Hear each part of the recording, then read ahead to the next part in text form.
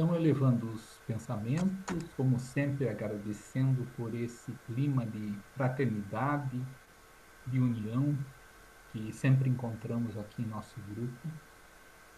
Queremos pedir o amparo de Deus, do Mestre Jesus, dos bons espíritos, para mais uma reunião de estudo, de reflexão, de alegria, por estarmos compartilhando esses momentos tão agradáveis.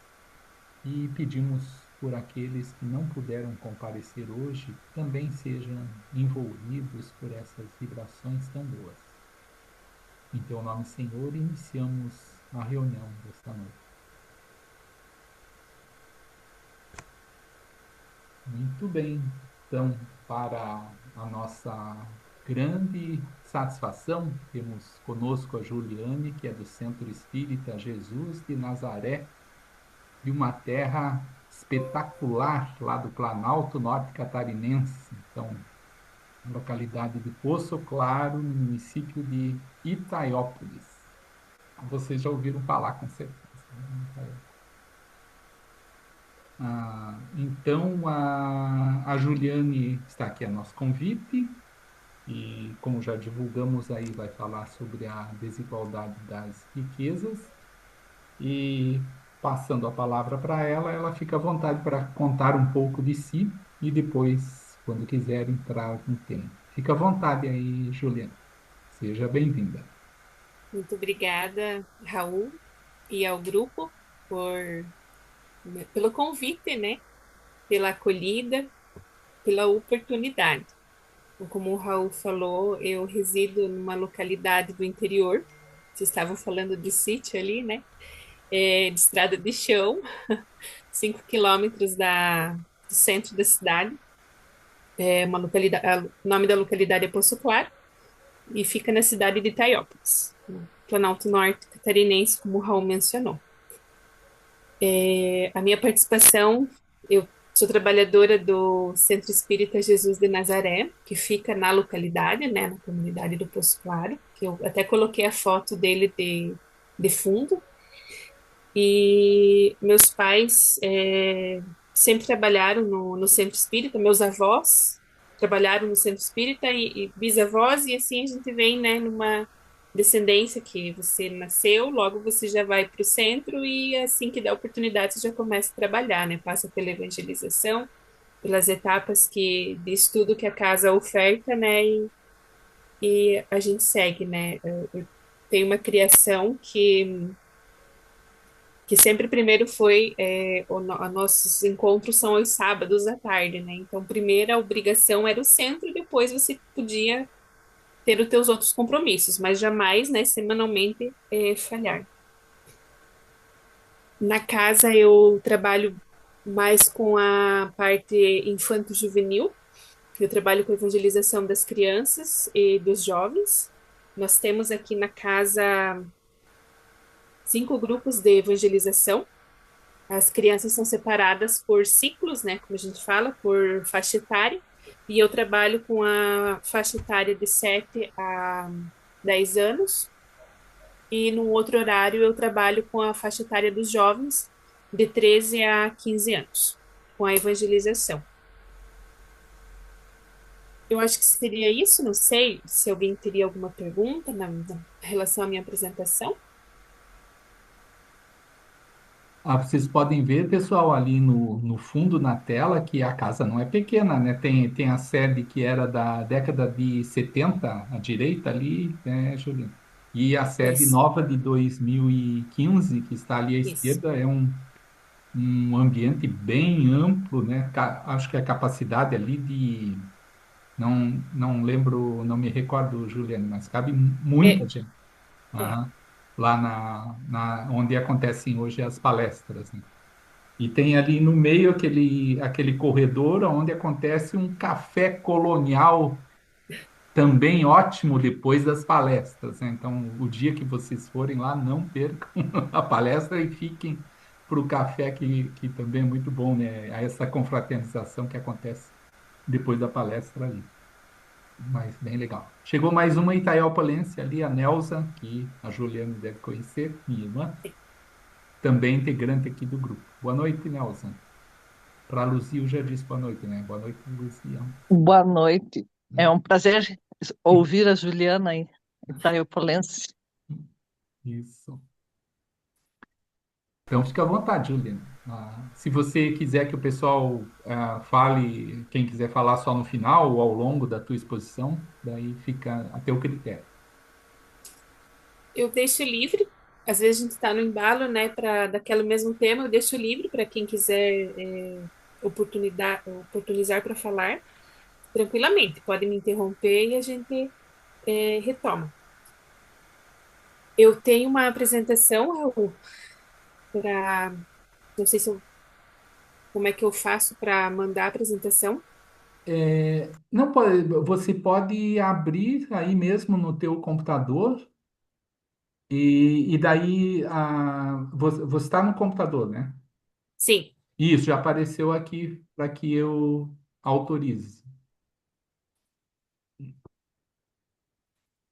Então agora é só você pôr na tua tela que deve aparecer aqui para todo mundo. tá aparecendo? Ainda não, mas tem um delay sempre.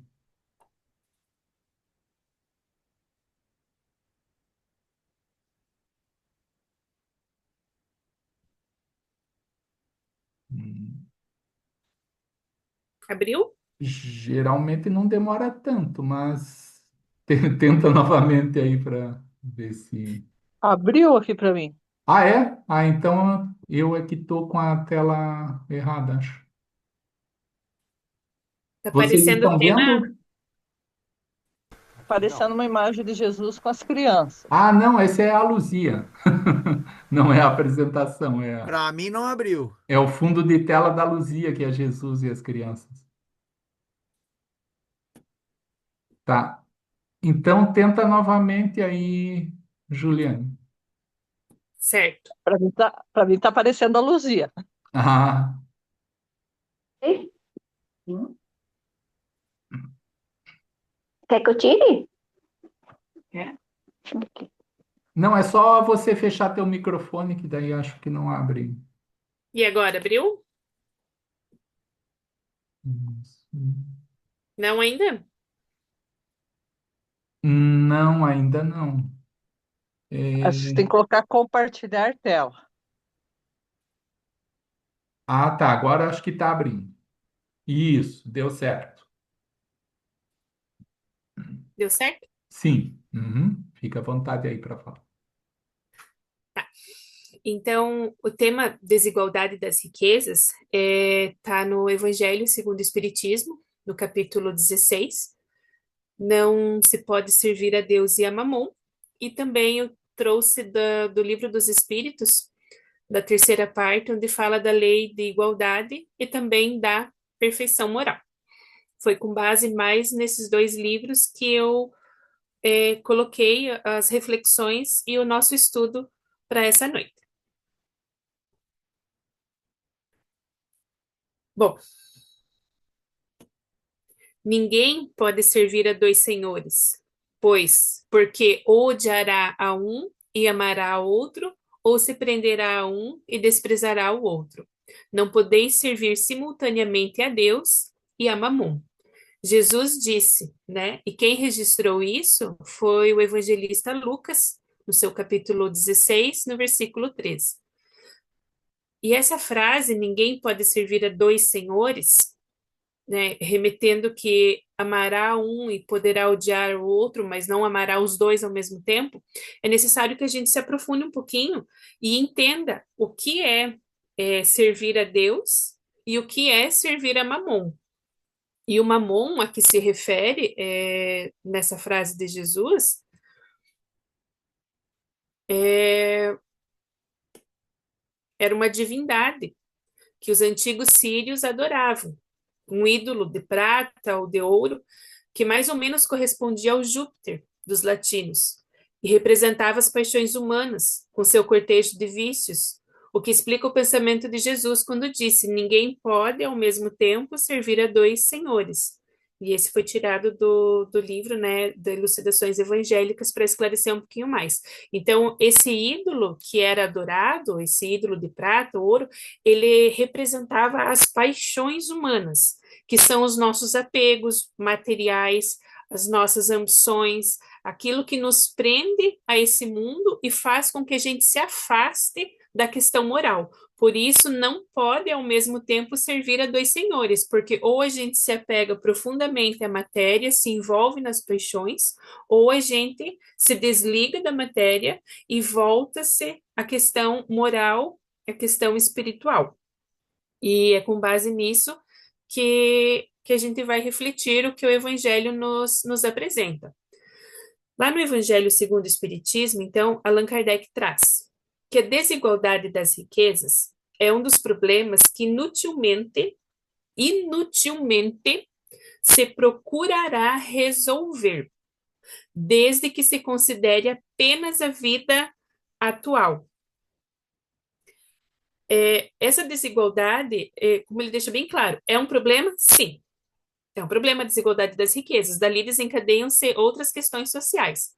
Mas, se a gente olhar apenas para essa vida atual, os nossos esforços em querer resolver essa questão serão inúteis. Se a gente quiser equilibrar a, a, a, as riquezas, né, entre as pessoas, a distribuição vai ser inútil. E já no Livro dos Espíritos, na questão 808, Allan Kardec questiona: a desigualdade das riquezas não se originaria das faculdades, em virtude da qual uns dispõem de mais meios de adquirir bens do que outros? Aí os espíritos respondem: sim e não. Da velhacaria e do roubo, o que dizes? Ou seja, Allan Kardec perguntou se há desigualdade das riquezas. Alguns têm mais, outros têm menos. Alguns vivem de sobra, né, no luxo, e outros vivem na miséria. Mas isso não é porque alguns têm mais meios de adquirir bens, têm faculdades que lhes favorecem. E os espíritos nos respondem que sim, e que não também. Porque nem toda a riqueza adquirida, ela veio de formas justas, digamos assim. Aí eles citam esses dois exemplos, né, que são a velhacaria e do roubo.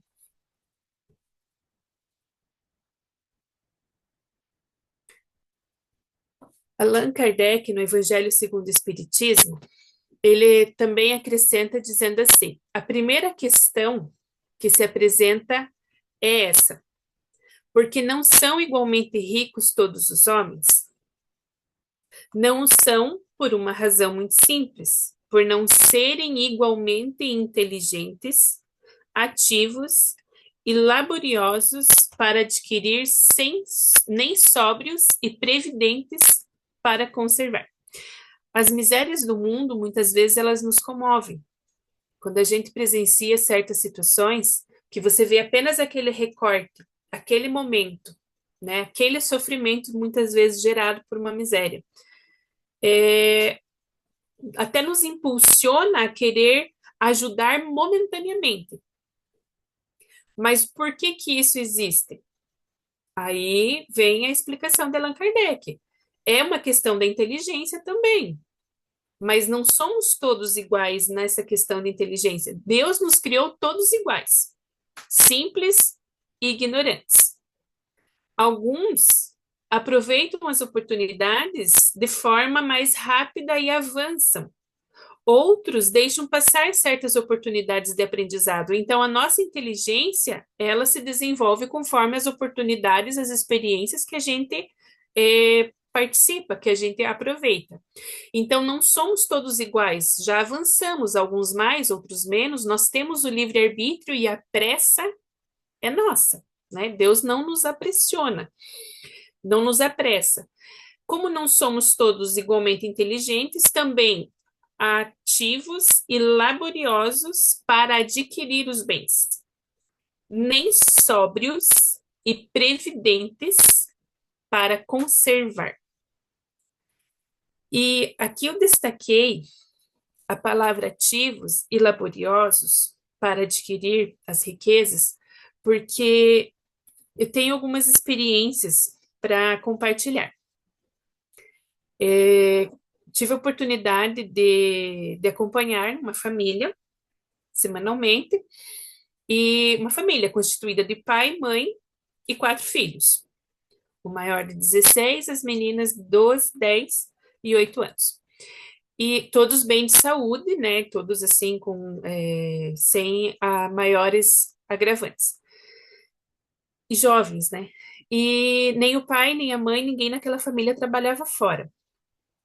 E eles tiveram oportunidade aqui na cidade, né? E foram participar de uma entrevista de emprego e ambos aceitaram o emprego. Aí teve toda uma mudança na rotina das crianças, na rotina da escola, para que eles pudessem, né, se ajustar nos horários de trabalho. A mãe trabalhou um mês, disse que aquilo não era para ela não tinha o perfil e tal, e ficou em casa. Voltou, né, a vida que tinha cuidando da casa. E o marido ficou 3 meses no serviço, né? A gente se conversava praticamente toda semana, né? Ele contava das experiências que ele estava tendo, ele estava aparentemente muito animado. Aí teve até uma troca de operação, de função naquilo que ele executava, mas ele estava animado. Mas depois desses 3 meses, ele concluiu que estava fazendo falta ele ficar mais com a família. Então, também optou em deixar de trabalhar. E assim os dois voltaram a viver do auxílio do governo, né? Porque é uma responsabilidade também da sociedade a questão dos irmãos que padecem. Mas aí me faz refletir essa questão de ativos e laboriosos. Então, tem gente que não avança também porque não tem né, essa atitude de ir atrás do emprego, de querer a disciplina, porque levantar todo dia no mesmo horário, você cumprir funções, isso demanda também, honestamente, para que você cresça, para que você tenha, angarie seus recursos, né? E ao mesmo tempo, eu destaquei as palavras ali, nem sóbrios e previdentes para conservar. Eu tenho um outro relato. Eu sou uma pessoa observadora, trabalho com público, né? Eu sou professora e observo muito e sou uma boa ouvinte também, né? Então a gente observa esses casos não com o intuito de julgar, mas da gente refletir. Eu pego para mim, né? Como experiências que acontecem na vida e me fazem refletir e pensar outras formas, né? De contribuir com o meu semelhante. E essa ali, Sóbrios e Previdentes, também uma outra família, que era mãe, pai e 3 filhas. Então, a mãe já tinha um primeiro casamento, do qual ela ficou viúva e ela recebia uma aposentadoria. Aí, desse segundo casamento, que ela tinha essas 3 filhas, o marido também já estava aposentado e uma das filhas também tinha um diagnóstico, né, de deficiência. Então, eles recebiam benefício de pensão continuada, que também é um programa do governo.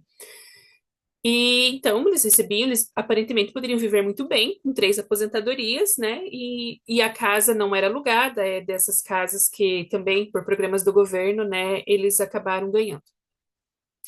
E na primeira quinzena do mês era a fartura. Eles iam no mercado e não era, né, o mais barato, ou era a marca que eles gostavam, era o tipo da comida que eles queriam, e naqueles primeiros 15 dias, eles tinham de sobra, mas aí o dinheiro acabava. E o restante do mês, os outros 15 dias, eles padeciam, eles passavam necessidades. E isso, gente, meses isso vem acontecendo, anos isso vem acontecendo. Então, nem todo mundo é igualmente inteligente, é ativo e laborioso para trabalhar e nem sobre previdente para conservar, para administrar essas riquezas que Deus nos permite termos acesso para viver nessa vida material que estamos inseridos. Nós estamos na matéria, nós não somos da matéria. Mas para estarmos na matéria, é necessário a gente saber conviver e administrar. Aí também isso me faz refletir do livro do capítulo 5, também do Evangelho, porque no capítulo 5 Allan Kardec coloca lá, bem-aventurados os aflitos. E ele vem trazer no item 4 as causas atuais das aflições. Porque nem todos os nossos sofrimentos, eles são vindos das vidas passadas que a gente teve. Né? Lá no slide anterior dizia assim, se a gente for olhar apenas a vida atual, a gente não vai conseguir entender ou equilibrar as desigualdades das riquezas. Mas também nem todos os sofrimentos que a gente passa é por questões de vidas passadas. Nessa vida, nessa nossa existência, nessa nossa encarnação, a gente está colhendo frutos daquilo que a gente semeou no passado. Mas esse passado se refere tanto à minha vida, minha existência anterior, quanto o meu ontem, o meu anteontem, o meu mês passado. Então, lá no Evangelho, diz assim: de duas espécies são as vicissitudes da vida. Ou, se preferirem, promanam de duas fontes bem diferentes, que importa distinguir. Umas têm sua causa na vida presente, outras fora desta vida. Quantos são vítimas de sua imprevidência, do seu orgulho, da sua ambição? Aqui Allan Kardec deixa bem claro que eu posso estar com dificuldades financeiras, mas a minha imprevidência pode contribuir ou agravar essa situação. Né? Então, nem tudo porque eu coloquei no meu planejamento espiritual que eu vim para passar necessidades. Pode ser, sim, com certeza. Mas dentro do nosso, a gente faz o planejamento, mas dentro do nosso livre-arbítrio tem coisas que eu também posso modificar e lutar e com a minha disciplina ir atrás. Então, tem situações que a gente passa que não estava programado para passar, mas que a gente está passando porque nessa mesma encarnação a gente não está sabendo se organizar. E isso em relação financeiramente, em relação à nossa saúde, claro, tem, né, as expiações que a gente traz para passar, mas tem casos que são condições do momento atual, da existência atual. Os cuidados da alimentação, os exercícios, as atividades físicas, o mesmo se diz em relação aos estudos. Eu quero ter o título, eu quero ter, né, eu quero chegar ao doutorado, ao mestrado, mas eu tenho que me dedicar e fazer a minha parte nesta encarnação. Eu quero aprender a tocar violão, não tenho dom. Eu tenho que começar a me dedicar também nesta encarnação. Então, a gente também tem que ter isso em mente, lembrar disso que Allan Kardec nos expôs. Tem situações que está no nosso planejamento, mas tem problemas que é da nossa vida, existência presente, que a gente traz, que a gente acaba desencadeando. Ali ainda dos sóbrios, né, e previdentes, dos ativos e laboriosos, a gente tem a parábola do filho pródigo. Quando Jesus conta a parábola do filho pródigo, ele diz assim que o filho pede ao pai a sua parte que correspondia à herança, né? Sua parte da herança, eram dois filhos. Então o pai divide, fica triste, sentido, né? Mas divide a parte que competia ao filho mais novo e entrega para ele, e ele pega aquele recurso e ele vai para o mundo. E ele vai e ele gasta com festas, ele gasta com roupas, ele gasta com diversão, ele gasta com os prazeres mundanos, com as paixões, né? Que nos viciam, que nos chama atenção, é a porta larga.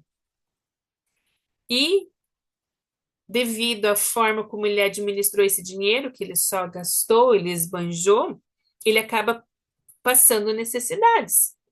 Ele vai lá, acabou o dinheiro, acabou os amigos, né? Acabou as companhias, acabou as festas, ele precisa do trabalho. Aí ele precisa trabalhar para se sustentar. E nesse trabalho que ele precisa, ele vai lá disputar alimento com os porcos.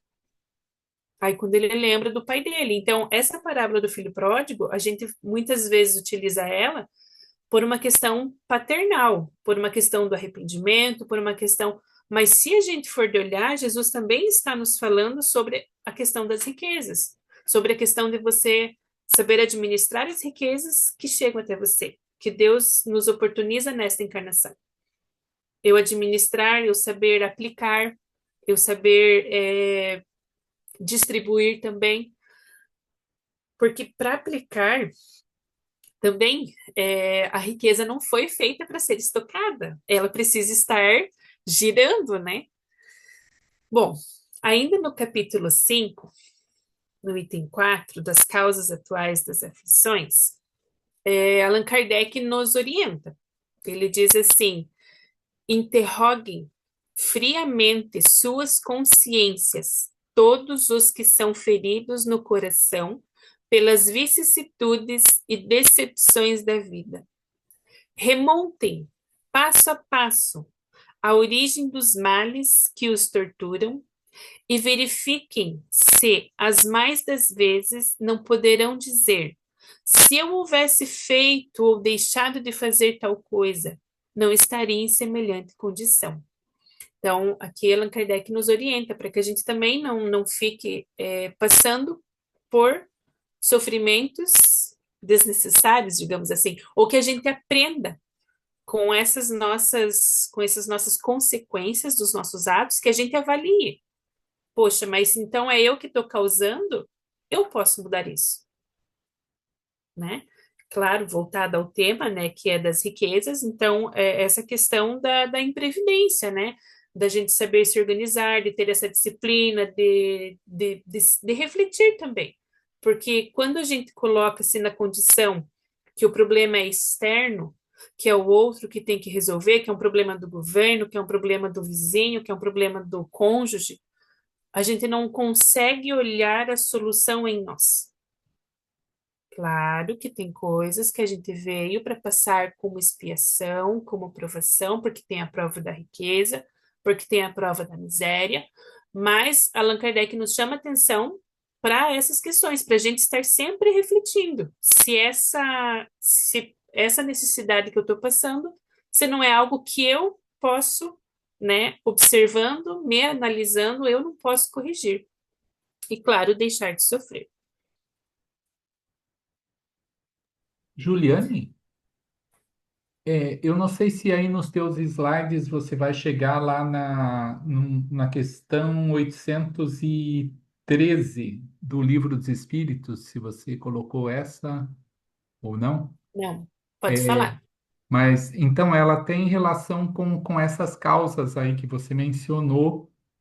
E com os dois exemplos citados, né, exemplos tristes, né, das pessoas não aproveitarem as oportunidades e, então, elas mesmas não levarem adiante, né, o que poderiam fazer e deixarem, então, de progredir. Então, justamente, o Kardec pergunta na 813 se a sociedade também poderia ser responsabilizada por isso. E a resposta dos espíritos foi que sim. E fala que da questão da educação, né? Quem sou eu para falar com uma professora sobre É, educação? Mas só lembrando aqui, então, que os espíritos já salientavam, né, o quão importante é a educação para a pessoa e o papel da sociedade nisso, né? Então, vemos ali, lamentamos, puxa, mas teve oportunidade e preferiu se acomodar, tava lá em casa, vivendo os programas do governo, muita gente critica isso, mas por que que o governo tem tanto programa? E isso não resolve, tinha que ensinar a pescar, aquele discurso. Mas então não só, como você mesmo falou, não dá para só jogar tudo para o governo e nós não fazermos a nossa parte enquanto sociedade, né? Então, colaborando com a educação moral, né, dessas criaturas. Ontem ainda num programa jornalístico aí a nível nacional, infelizmente para o nosso estado aqui foi escancarado o problema das administrações municipais aí, então as prefeituras empurrando para as outras, né, o seu problema ao invés de buscar uma solução, né?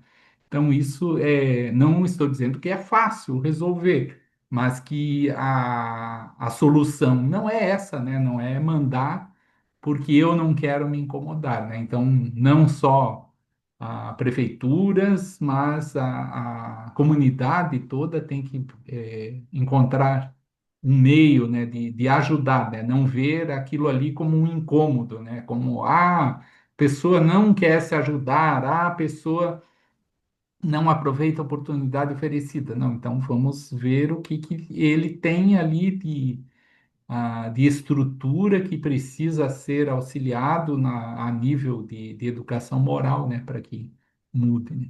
O Jerônimo, acho que quer contribuir também.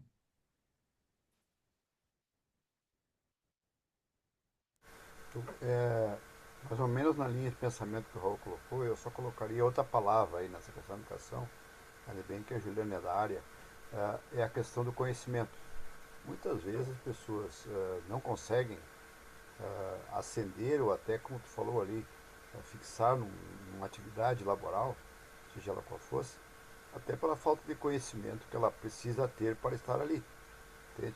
Então a questão das desigualdades eu coloco um pouco na questão das oportunidades. Né? As desigualdades sociais muitas vezes elas advêm das oportunidades. Né? E essa oportunidade às vezes não é só da pessoa, é até do contexto familiar, do contexto que ela recebeu antes de informações, etc. Porque é bem complexo o que eu vou falar, é um assunto com uma discussão bem ampla, mas eu vou falar o que eu penso, tem que pensar também o seguinte, que o trabalho como remuneração, muitas vezes ele é muito mais interessante para o empregador do que para o empregado. Certo? Então, às vezes, aquela sobrevivência pelo trabalho, que é digna, que é importante, mas para o trabalhador nem sempre ela é tão digna assim. Porque muitas vezes, como eu disse num slide anterior ali, né, a questão da ambição, né, do empregador é que quanto mais ele tirar desse empregado, melhor dele, para ele. Ele vai ter mais riquezas advinda desse trabalho que veio daquela pessoa que ele está empregando. Né? Até sabe-se, né, é só pesquisar, que sem esse trabalho ele também não teria riquezas, porque ele depende desse trabalho para ganhar sua riqueza. Então, a situação é bem complexa no julgar. Por que a pessoa não dá certo em tal trabalho? Por que ela não consegue fazer isso ou fazer aquilo? Eu acho que esses porquês é que está a questão da coisa. Entende? Esse que o Raul falou das pessoas que perambulam entre as cidades, tem que ver também por que elas estão ali. O que levou elas a estarem ali. Porque eu presumo que nenhum ser humano que em sã consciência vai querer estar perambulando pelas ruas, né? Sendo que ele sabe, ele poderia ter um conforto, uma casa, um lar, um aconchego, não passar frio, não passar fome, não passar sede, quer dizer, ou se a pessoa não é uma pessoa doente psicamente, ela for uma pessoa que tiver sua capacidade mental estabelecida, ela vai querer estar bem, não vendo na rua, fome, e tal. Então eu acho que o assunto é tão complexo que até nas interpretações, desculpe o caderno ali, eu coloco que ela dá até uma limitação em algumas coisas. A questão da saber das pessoas, eu acho que é muito mais a oportunidade de conhecimento. Nós sabemos que nós temos uma sociedade que muitas vezes alguns têm essa capacidade de chegar a esse conhecimento e outros nem sabem que ele existe. Nem é chegar, nem sabe que existe. A questão do interior, eu também já morei no interior, nós sabemos que tem pessoas aí que trabalham 10, 12 horas por dia no interior, nos seus lares, nas suas casas, nas suas hortas e tal, produzindo, e trabalham muito mais do que uma pessoa que trabalha 6, 8 horas numa empresa. Aí eu pergunto, quem trabalha mais? Né? Quem rende mais? Quem produz mais? Um ponto de vista bem complexo. E esse trabalho individual que ele tem na sua propriedade não é reconhecido às vezes, porque ele consegue vender produto, etc. Por N fatores. E o outro é 1 ou 2 salários mínimos, por exemplo, numa empresa. Ah, mas ele tem uma condição melhor. Eu não sei quem é que tem essa condição melhor, né? Então é bem complexa a questão de relação dar emprego, empregador e oportunidade. Eu tenho bastante dúvidas sobre essas questões. Desculpe se eu me alonguei um pouco. É bem válido. Só para contribuir, Juliane, mas também dar uma contribuição junto com o Jerônimo e com o Raul. Bom, eu venho de uma educação assim bem tradicional, né? Eu venho de uma educação também, poderia se dizer assim, nesse sentido, de valores bem conservadora, né? Educado daquela maneira de que a gente tem que estudar, se esforçar bastante, estudar, trabalhar, constituir família. Aprendi que o correto é aquela família nuclear, aquela família que a gente conhece tradicionalmente em livros, etc. Mas, claro, né, obviamente, eu também sou professor e ainda estou no ambiente da escola, hoje ainda vou me aposentar daqui, eu acho que 1 ou 2 anos. Então, assim, é, e com muito, eu tenho filho, bastante filho, né? Eu tenho uma família grande.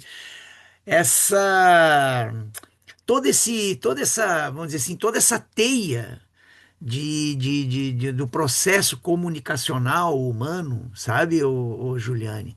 Essa possibilidade de nós acessarmos em tempo real a culturas e ao que as pessoas estão fazendo em qualquer parte do mundo, nesse momento, subverteu completamente esses valores. Então, assim, eu me vi diante de uma série de conflitos e me senti muito ameaçado até abrir mão de muita coisa, né? Mas eu não queria nem tocar nesses assuntos.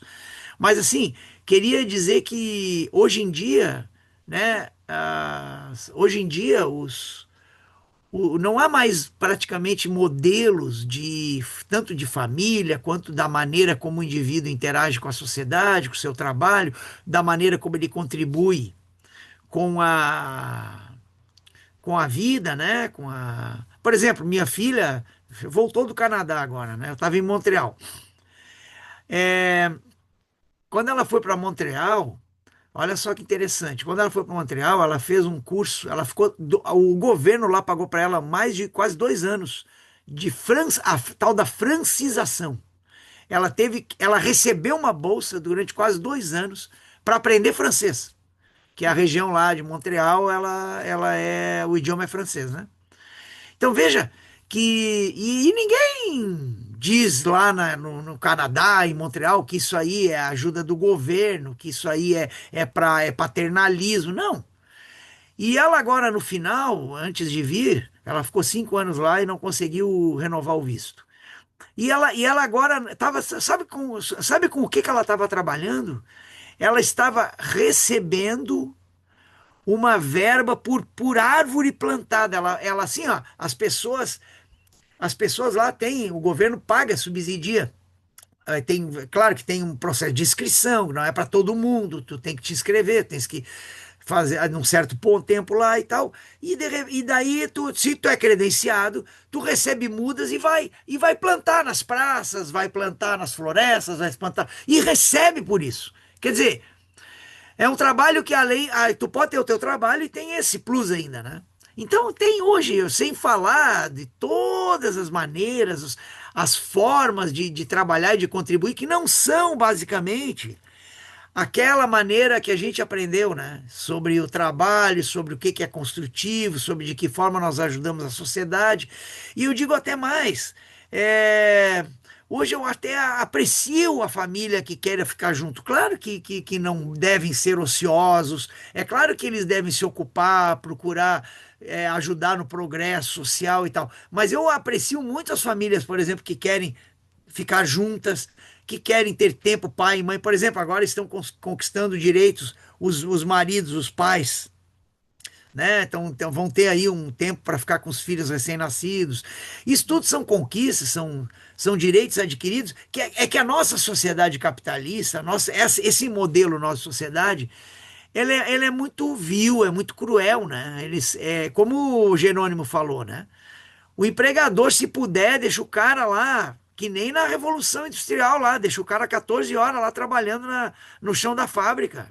E vai deixar mesmo se deixar, sabe? Enfim, aqui nós precisamos ter esses direitos conquistados na marra. Agora, eu queria só te dar um contraponto, só para encerrar minha participação. Eu estudo um pouquinho da filosofia budista, certo? E é engraçado que eu já fiz cursos, né? Eu já fiz formações nessa área com, com, com pessoas iniciadas lá e tal. E sabe o que é que os caras, todo mundo, a gente sabe disso, né? Lá na Índia, existem milhares de homens, principalmente homens, mas mulheres também, que fazem um voto de não é de pobreza, mas é um voto de não adquirir nada. Eles não, eles a vida deles é estudar e é se privar de tudo, é educar o seu corpo e a sua mente para não ter nenhum tipo de apego, nenhum tipo de propriedade. Então, eles vivem literalmente, eles vivem de favor, batendo nas casas, pedindo comida. É muito comum lá isso. Esses gurus, e eles oferecem o ensino deles, a filosofia deles. Então, a família o recebe, eles dão comida, muitas vezes eles dormem na residência, lá num canto, e durante as refeições, e no tempo que eles estão lá em contato com aquela família, eles ensinam o que eles sabem, eles pregam, eles tal. E isso é visto como uma coisa extremamente natural lá.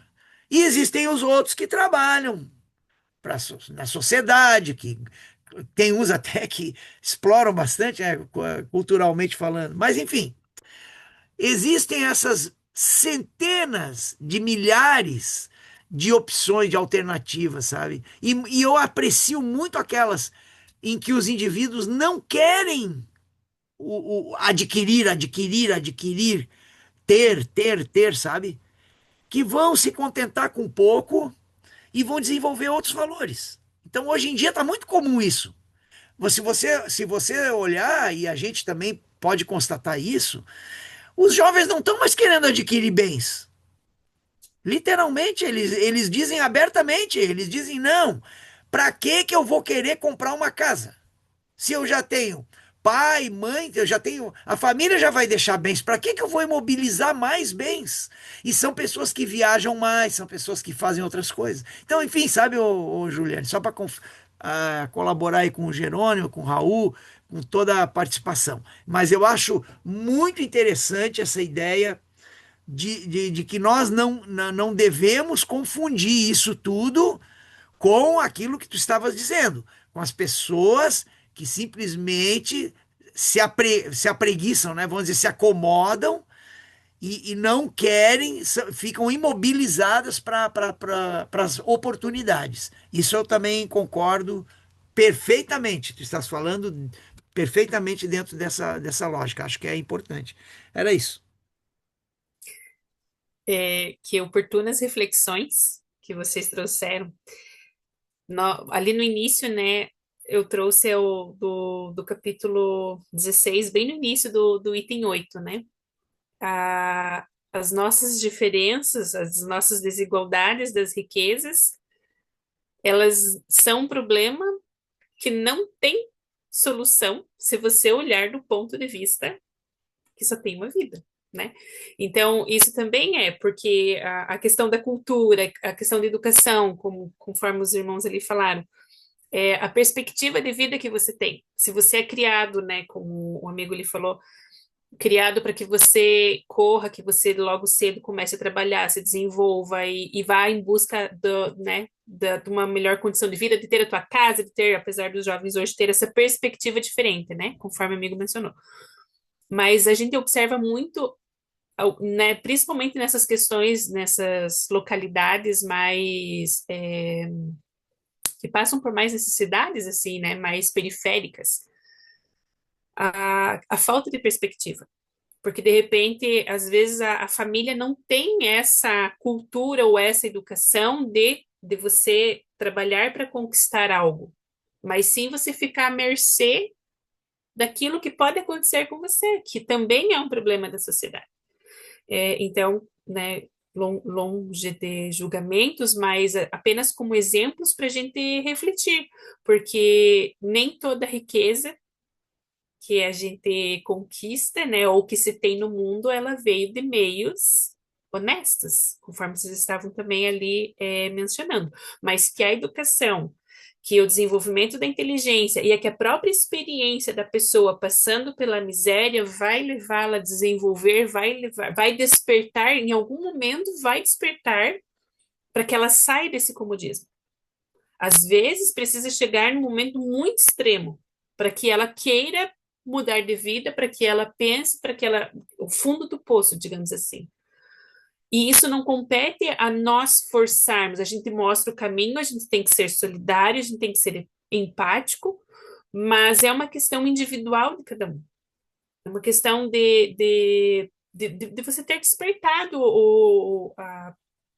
no teu grau de evolução, né? Conforme o teu livre-arbítrio, conforme as oportunidades da vida que você aproveitou, em ter desenvolvido essa inteligência, porque também, às vezes, lá na periferia, lá nas comunidades que têm menos acesso, vai surgir alguém que vai revolucionar tudo aquilo também, porque tem dentro de si algo que já conquistou, algo que já desenvolveu e que vai saber administrar as oportunidades que vai aparecer, a forma de conquistar as suas riquezas e também vai revolucionar. Então, tudo isso também faz parte e é na experiência, na vivência que a gente vai aprendendo. Hoje a gente foi educado dessa forma, a gente tem essa visão, essa perspectiva. Na vida passada, talvez fosse gente que não estava aproveitando as oportunidades e estava à mercê da sociedade sustentar, né? É uma questão de tempo e de cada um.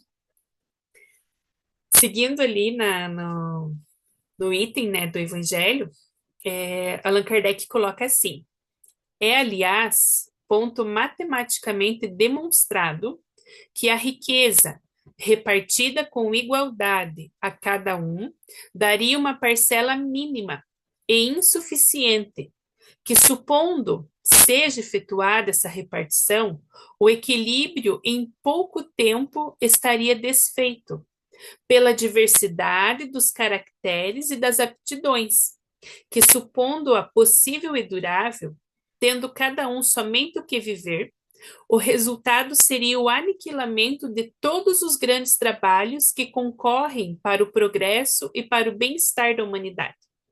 Que admitido, desse ela cada um o necessário, já não haveria o aguilhão que impele os homens às grandes descobertas e aos empreendimentos úteis.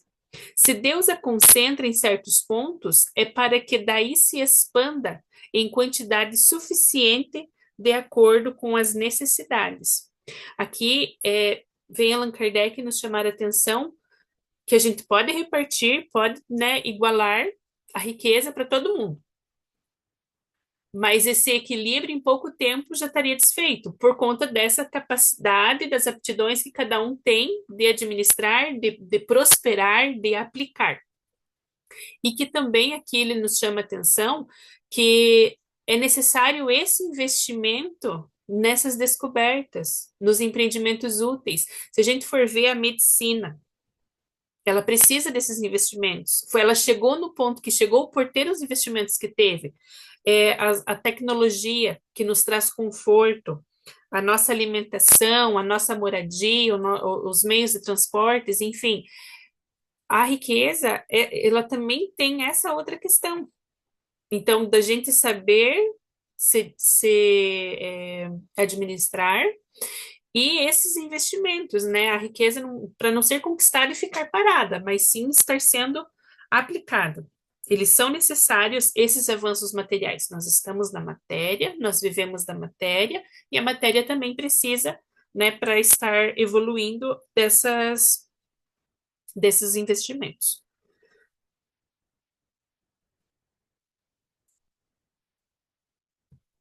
Na questão 814, do Livro dos Espíritos, Allan Kardec questiona os espíritos. Por que Deus a uns concedeu as riquezas e o poder e a outros a miséria? Aí os espíritos nos respondem: para experimentá-los de modos diferentes.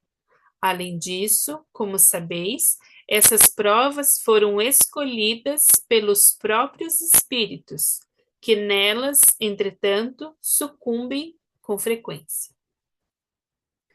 No nosso planejamento reencarnatório, a gente escolhe se vai querer passar, né, com privações materiais ou com folgas, digamos assim. E todas elas têm um propósito, né? Independente da forma como a gente escolheu, a qual prova a gente escolheu, elas têm propósito.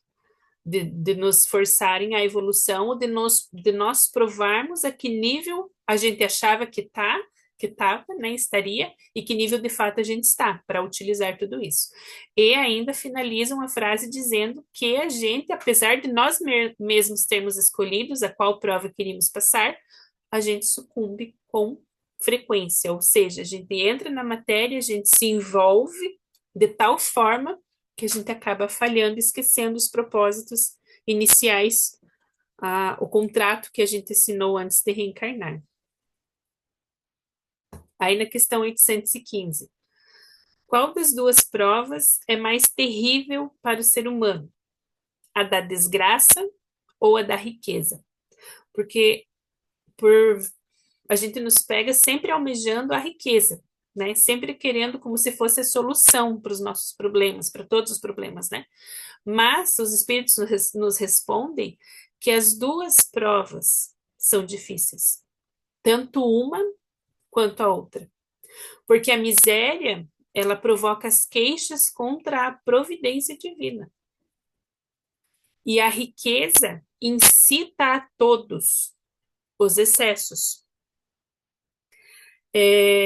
A gente pode desenvolver a revolta quando está passando necessidade, mas também quando está com certo conforto, a gente acaba desenvolvendo mais ainda o egoísmo, não olhando para o lado, e despertando mais paixões, mais apego e acabando exagerando nesses excessos.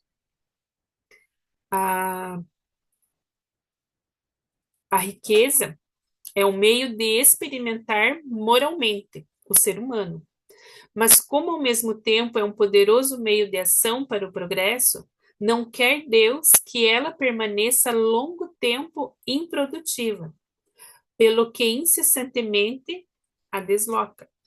Cada um tem de possuí-la para se exercitar em utilizá-la e demonstrar que sabe fazer uso dela. Sendo, no entanto, materialmente impossível que todos a possuam ao mesmo tempo, e acontecendo além disso que se todos a possuíssem, ninguém trabalharia, com o que o melhoramento do planeta ficaria comprometido. Cada um a possui por sua vez. Assim, um que não na tem hoje, já teve, ou terá noutra existência. E outro que agora tem a riqueza agora, talvez não tenha amanhã. Há ricos e pobres, porque sendo Deus justo como é, a cada um prescreve trabalhar a seu turno. A pobreza é para os que a sofrem a prova da paciência e da resignação. E a riqueza é para os outros a prova da caridade e da abnegação. Aqui, ali, a gente falou da questão de que Deus quer que ela esteja empregada, que a riqueza esteja empregada e ela não permaneça longo tempo improdutiva. Por isso, né, que vai se deslocando, né? E aqui me faz um elo com a parábola dos talentos. Na parábola dos talentos, Jesus nos apresenta, ela é como o Senhor, né, o dono de grandes posses, de grandes propriedades, ele chama 3 dos seus servos e distribui alguns talentos, digamos assim, ou como se fosse o dinheiro da época.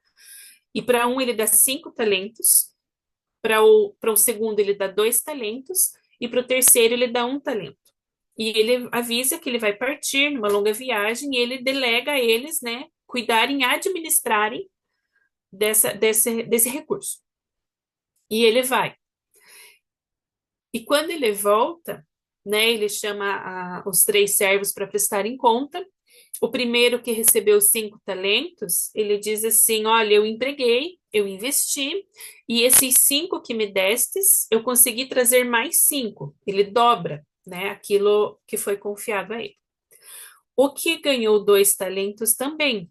Ele recebeu 2, ele emprega, e desses 2 ele acaba transformando em 4. E aquele que recebeu 1 talento, ele enterra. Ele tem medo de perder o que ele tinha. Então ele enterra para ter certeza que quando o Senhor voltasse, ele pudesse devolver exatamente aquilo que lhe foi confiado. E aqui, se a gente olhar por essa questão das riquezas, também está um ensino de Jesus voltado a essa questão, para que não fique parado os recursos que a gente tem, os recursos que Deus nos permite ter acesso na nossa encarnação material. Né, que a gente esteja aplicando, que a gente esteja desenvolvendo, que a gente não esteja acomodado ou, né, com certo receio. Claro que tem as incertezas, que tem o medo, as condições que às vezes não são favoráveis, mas que a gente esteja aplicando, porque se você está aplicando, você também está desenvolvendo seus conhecimentos, a sua inteligência em prol do desenvolvimento no geral. E tem uma outra parábola de Jesus, que é a do administrador infiel, que eu faço uma relação com o tema que a gente está nesse momento aqui. A parábola do administrador infiel é que tem um mordomo lá da casa, né? Eles têm muitas posses, muitas terras, muitas riquezas, e esse mordomo está agindo de uma certa forma de má fé, né? Com a administração. E o dono, né, daquele espaço, de todo aquele empreendimento, ele chama um mordomo, né, e diz que ele vai ter só até o fim do dia para terminar o que ele estava fazendo, o seu serviço, porque ele vai ser chamado a prestar conta, porque eles estão ouvindo falar que ele está fazendo uma má administração. E como ele tem até o final do dia, então ele pensa numa forma de se salvar ele sabe que ele está prestes a ganhar a conta ali né, do trabalho dele, porque ele fez coisas que não deveria ter feito. Então ele vai até aos devedores, para quem devia para aquela fazenda. E ele vai dizer assim: ah, quanto você deve para a fazenda? Daí ele diz assim: ah, eu devo 100 sacos de trigo. Aí ele vai lá e ameniza a dívida. Ele diz: não, então vamos mudar aqui no livro de anotações, vamos anotar aqui que você deve só 80. Ah, e você quanto deve? Ah, eu devo 50 barris de azeite. Então vamos apagar aqui, vamos mudar aqui e dizer que você deve só 40. De uma certa forma, nessa administração dele, ele minimizou as dívidas que aquelas pessoas tinham para aquela fazenda. E a lição da parábola vem que o Senhor, o dono né, quando chama um mordomo, ele disse assim que mesmo diante da situação que ele estava, ele foi esperto, porque ele agiu com o pouco, com aquilo que ele tinha, mas a favor de si. E essa parábola, eu li e estudei ela muitas vezes, eu tive muita dificuldade, confesso para vocês, para entender, porque dá a impressão que ele está fazendo coisa errada e que Jesus está aprovando aquilo que ele está fazendo. Mas não, é porque, primeiro, o mordomo não é dono das posses. Nós não somos donos, de fato, das matérias, das riquezas que nós temos, nem mesmo do nosso próprio corpo. Mas a gente está como administrador. Então, nessa questão de administrar, que a gente saiba administrar aquilo que não nos pertence. Aí Jesus finaliza que aquele que é fiel no pouco será fiel no muito, que a gente precisa aprender a administrar o pouco para poder administrar o muito. Sendo Deus criador do universo e nossos filhos, portanto, herdeiros do universo, para podermos governarmos maiores propriedades, digamos assim, a gente precisa aprender a governar e administrar pequenas. Né? Assim como Jesus é o nosso governador do planeta Terra, para ele chegar nesse ponto, ele também precisou passar por estágios. E eu gostaria de ter feito esse elo, né, com o assunto que a gente está aqui, porque nos faz refletir bastante a esse respeito do porquê da riqueza, do porquê da pobreza. Mas também que a gente não pense que isso é um problema, que a gente deve passar e se acomode também, e esqueça que isso é um problema da sociedade também. Enquanto há pessoas passando misérias e necessidades, é um problema nosso também. Tem pessoas corruptas, talvez a justiça humana não consiga trazer as consequências cabíveis que a gente gostaria, mas para a justiça divina não passa nada impune, né? Que a gente também desenvolva a fé, mas que prove para nossa consciência que aquilo que a gente está fazendo é honesto, é o justo. E essa questão da riqueza e da pobreza, não tem como a gente fugir também da definição o que é riqueza, o quanto é riqueza para mim, o quanto é riqueza para o outro, o que é ser rico. E uma das definições que eu gostei muito rico não é aquele que muito tem, mas é aquele que nada falta. Porque a definição do que é supérfluo para mim, o que é necessário, muda muito de uma pessoa para outra. De repente, para mim, o necessário são 4 pares de calçados. Aí, se eu tiver 3, eu posso dizer que eu sou pobre, porque eu não tenho os 4 pares de calçado. Ao ponto que, para outra pessoa, 2 pares de calçado podem ser suficientes. E se ela tiver 2, não falta nada. Então, ela se considera que ela tem, que ela é rica, né? Então, essa definição também do que é rico, do que é pobre, do que é supérfluo, do que é necessário, depende muito de pessoa para pessoa. Daquilo que a gente aceita, daquilo que a gente ambiciona. Mas que a gente saiba viver com a matéria e que a gente não se torne escravo da matéria.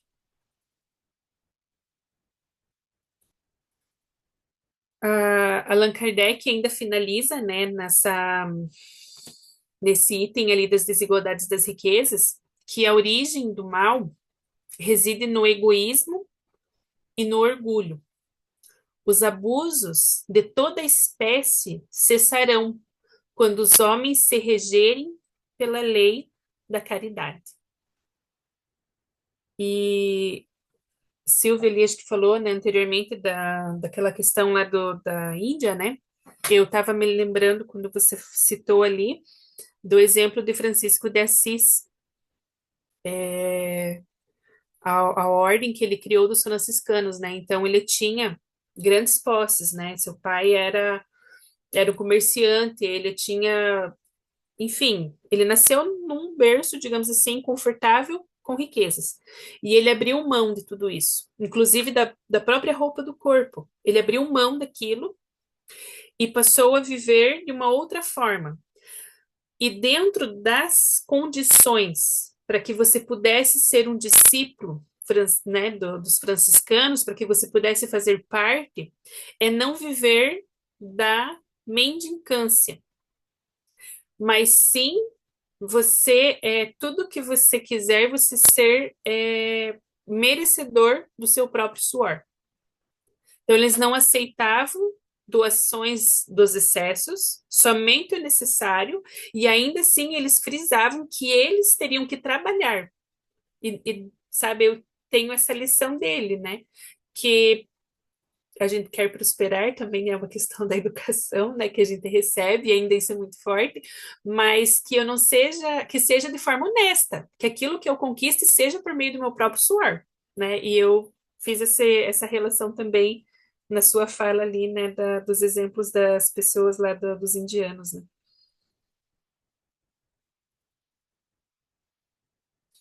Já que me citou, né, ô Juliane? Não, Juliane, assim, ó, na verdade, é uma questão muito subjetiva. Como tu falaste a questão mesmo da riqueza, o que que é necessidade para um, supérfluo para outro, é uma questão muito subjetiva, porque o indivíduo que acha que ele deve só trabalhar para receber o do seu sustento por, pelo dia e conseguir se alimentar naquele dia, ou para aquele indivíduo que investe nessa questão mais espiritual e acha que ele deve procurar educar os outros, não se dedicar a nenhum trabalho remunerado, mas educar os outros, visitar as casas, pedir comida e educar e fazer disso uma missão, para mim se ajusta muito àquilo que Jesus fala, né? Da questão de, né, não fica preocupado com o que tu vai comer, com o que tu vai vestir no dia, deixa o dia de amanhã, né? Ou seja, e tu sabe que eu visitei, eu já fui em outras ocasiões, mas nessa ocasião eu visitei uma cidade no Nordeste. Eu fui para Porto Seguro lá e fiquei com um amigo lá durante uns dias. E eu vou dizer, eu aprendi bastante coisa eu analisei muita coisa, bastante coisa na maneira de viver. Esse cara onde eu fiquei, onde eu me hospedei, ele tem bastante dinheiro, né? Mas ele não troca uma boa conversa sentado ou num bar conversando, ou então na beira da praia, ou mesmo assim em casa, numa rede. Ele não troca isso por trabalho. Eles valorizam, e ele tem dinheiro. Eles valorizam muito o momento, o convívio. Eles não se apegam a essa visão. Nossa, o que tu falou da visão do adquirir agora, da prosperidade, né? Tu falou agora. É a visão, eu ia dizer isso naquela hora, mas esqueci. Nós temos uma educação que é construtivista. A nossa educação, ela sempre nos embutiu valores de que nós temos que prosperar, nós temos que se desenvolver, nós temos uma missão de desenvolvimento pessoal, da sociedade, e às vezes a gente vai pelos caminhos errados. Então eu estou muito com a Joana de Ângeles, lá na série psicológica, ela tem uma máxima que ela diz, é muito interessante, não se apegue a nada. A gente pode ter dinheiro, a gente pode ter bens, mas não é o ter, é a maneira como a gente se relaciona com isso. Não se apegue a nada. Inclusive, ela deixa muito claro, nem a seres humanos, não se apegue às pessoas da maneira errada, como posse, né? Aquela história de eu te amo se tu me amar, porque eu não vou te amar se tu quiser, entendeu? Ficar longe de mim ou não me satisfazer e tal. Então, assim, ou então, assim, ela fala também nos animais sencientes, né? Todos aqueles animais de estimação, todos aqueles animais, pode ser de grande porte como um cavalo, pode ser um cachorrinho chihuahua, pode ser. Não se apegue a a nada. Viva doando, amando, mas sem se apegar a isso, sabe? E é esse o ponto. Porque se esse cara lá na Índia acha que ele tá com a consciência tranquila, que ele acha que está fazendo certo. Olha, quem de nós é que vai julgar isso, né? Nesse sentido, sabe? É muito subjetivo, é muito interior, interno esse processo. Era isso aí, Juliane, que eu queria É, ampliar, né? você citou ali também, né, da forma como ele está vivendo para ele está tentando sacrificar, modificar em si, depurar o seu espírito, né? Ele não está agindo de má fé, pensando que ele deve ser um fardo, um peso, que a culpa, o problema é da sociedade. Ele não está agindo de má fé. Ele acredita que esse é o caminho que ele vai conseguir se depurar. Então, tem, né, a gente aprende com a doutrina espírita que cada cabeça uma sentença, tudo depende da intenção, né? E a gente tem responsabilidades tanto na prova da miséria quanto na prova da riqueza. Eu agradeço ao Raul pelo convite e ao grupo pela oportunidade. Foi muito bom esse momento aqui com vocês, refletindo e aprendendo com os esclarecimentos da doutrina espírita. E fico aí à disposição para mais algum comentário.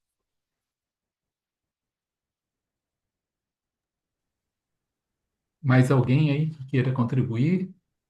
A palavra está livre. Bom, Fala. penso que todas as colocações aí têm sua vertente de razão e tem sua vertente, seguramente, dos ensinamentos.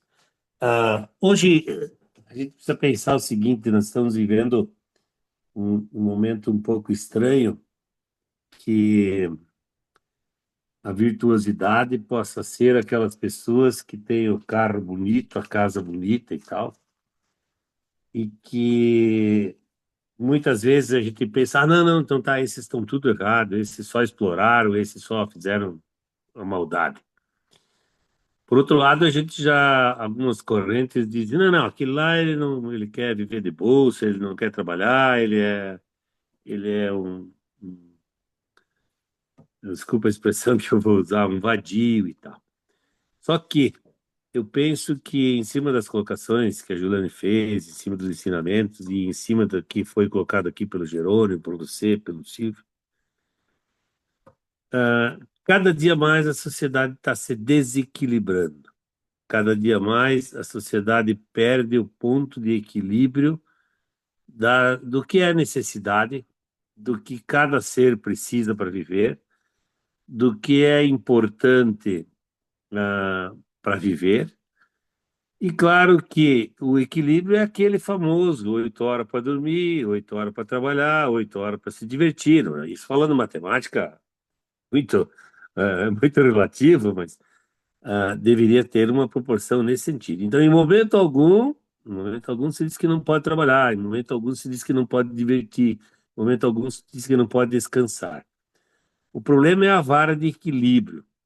E a sociedade, como o Silvio colocou, ela está criando novos paradigmas para dizer que o que está sendo feito possa ser uma verdade. Aí se criam ah, movimentos, aí se criam muita fake news, muita narrativa em cima de tudo. Para quê? Para que um grupo leve vantagem sobre outro grupo. Eu penso que, de repente, ah, martirizar os empresários porque eles têm sucesso, porque eles trabalham e porque eles recolhem dinheiro e penso que isso ajuda eles, eu até não sei quanto que ajuda. O martirizar nós, professores, Silvio e Juliano, que somos do Jerônimo, que temos o nosso salário do jeito que temos, né, a Fabiana e outros, e temos que viver com isso, também é uma arte muito grande a nossa, tá? Agora, um outro detalhe que eu queria falar, já que a Juliana também é da educação, o Silvio e todos nós, Jerônimo, vamos pensar de outro jeito. A classe dos professores, nós somos pessoas que queremos ser pessoas ah, prodigiosas, pessoas que armazenam bens, pessoas que tal, ou nós, de uma certa forma, cuidado, eu vou falar um negócio aqui que é complicado. Somos reprodutores da pobreza. Por quê? Porque o professor ele vai para a sala de aula, tem aquele destaque de ser professor, tal, estar lá na frente ensinando, passando as coisas, mas ele dificilmente tem o hábito de ensinar as crianças sobre ser empreendedor, sobre ser lutador, sobre ser uma vanguarda de ter uma empresa. Então, nós somos acomodados, nós vamos lá, ainda reclamamos, tem que levantar 7, tem que aguentar aquela piazada e tal, né? Então, assim, eu acho que esse desequilíbrio social, e que em determinados momentos a Juliana até colocou lá das experiências dela, é que nos levam a ver as sensibilidades. Claro, claro, claro. Uma coisa importante. Nunca e jamais devemos negar a importância de que quem se candidatar a ser um administrador público deva cuidar disso também. Ou seja, precisa ter esse olhar para o ensinar a pescar, como foi colocado aqui, e não só dar o peixe. Agora, o grande problema é o seguinte também, por outro lado, é o desânimo das pessoas que tentam, tentam, tentam e por alguma razão não conseguem. Então, assim, ó, eu acho que cabe a gente a tentar mostrar essas situações, mas, de uma certa forma, fazer com que esse público entenda que a necessidade é de esforço, é de trabalho, é de compromisso, é de educação, é de estudar, é de correr atrás. Porque eu penso que dando peixe nós não vamos chegar a lugar nenhum. Podemos, no momento até acalmar alguma dor, mas que no futuro não vai nos levar a nada. Agora, por outro lado, eu fico preocupado, porque o que o Jerônimo, o Raul Clucário e o Silvio também procede. Procede no sentido de que algumas pessoas que têm a responsabilidade de ajudar a fazer essa coisa mudar, fecham os olhos, fazer conta que não vê, ou dão uma cesta básica. Agora no Natal vai todo mundo dar a cesta básica. Agora vai ser uma maravilha. Aí não vai ter aquele problema muito grande, Juliano, lá, que eles só vão comer no primeiro, que eles vão comer dia 25, 28, vai ser no final do mês, né? É lamentável, mas esta é a nossa sociedade, esta é a cara que nós temos. E você colocou muito bem quando você colocou da questão da parábola dos talentos, das moedas. Eu acho que ali clarifica mais ou menos um pouco em cima da necessidade da falta de educação, da falta de querer ter empreendedorismo, a falta de querer ser um, um empresário para dar emprego, para ajudar pessoas. E, por outro lado, temos empresários que fazem isso. São poucos, mas temos. Tem bons exemplos por aí. Mas é a sociedade. Lamentavelmente, são falhas que nós temos. Parabéns, Juliana, foi bom. E olha, você, como professora, já faz um bom trabalho sobre isso. E, claro, os nossos colegas também aí pela preocupação de dias melhores para todos.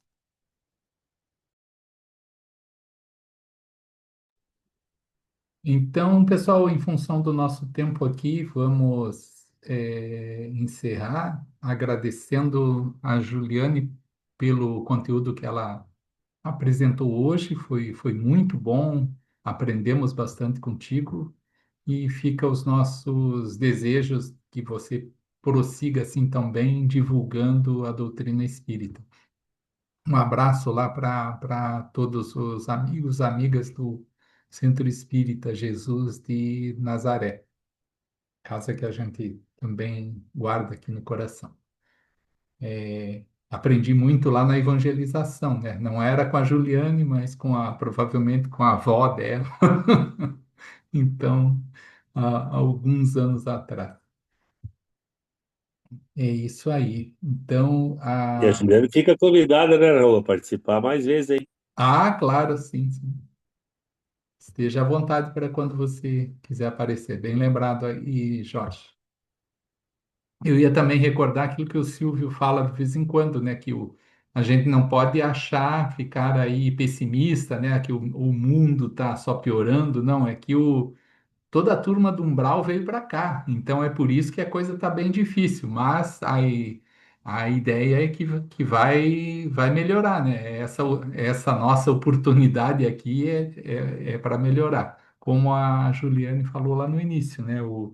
Nós temos aí várias encarnações, não dá para ver só a vida presente, né? Aí não tem como você encontrar essa igualdade de oportunidades, e sim todo o processo reencarnatório. Muito bem, então lembrando que logo em seguida temos a irradiação, convidamos a Juliane, se ela tiver condição de participar conosco, ou se não, se tem outro compromisso, fica à vontade também. Agradecemos a Deus, a Jesus, aos bons espíritos, e que nesse momento essas vibrações tão boas continuem nos envolvendo e também alcancem aqueles irmãos que não puderam hoje estar conosco. Muita paz a todos, que Jesus nos abençoe. Deixa eu encerrar aqui a gravação.